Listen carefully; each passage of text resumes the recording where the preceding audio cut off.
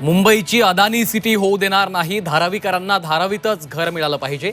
अदानींना झेपत नसेल तर टेंडर रद्द करा, उद्धव ठाकरेंची मागणी. अजित पवार गटाचे आमदार अतुल बेनकेंनी शरद पवारांची घेतली भेट. आम्हाला लोकसभेत मदत केली ते आमचे, पवारांचं सूचक विधान. तर भेट का घेतली बेनकेंनाच विचारा, अजित पवारांची प्रतिक्रिया. मराठा आरक्षणासाठी मनोज जरांगेंचं आजपासून पुन्हा उपोषण. सगळे सोयरेंची अंमलबजावणी करण्याच्या मागणीवर जरांगे ठाम. मागेल त्याला कुणबी प्रमाणपत्र द्या, जरांगेंची मागणी. वादग्रस्त प्रशिक्षणार्थी IAS अधिकारी पूजा खेडकर पुण्यात दाखल.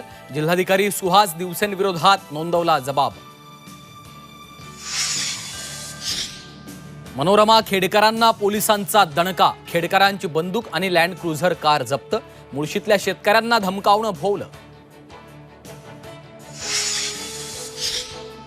मुसळधार पावसामुळे मुंबईतील सखल भाग जलमय. कोकणासह विदर्भातही मुसळधार पाऊस. अमरावतीत ढगफुटी तर पावसाच्या तडाख्यामुळे नागपुरातल्या शाळा कॉलेजांना सुटी. मुंबईतल्या ग्रँट रोड भागात म्हाडाच्या 4 मजली इमारतीचा भाग कोसळला. दुर्घटनेत 1 ठार 4 जखमी. ढिगाऱ्याखाली काही जण अडकल्याची भीती.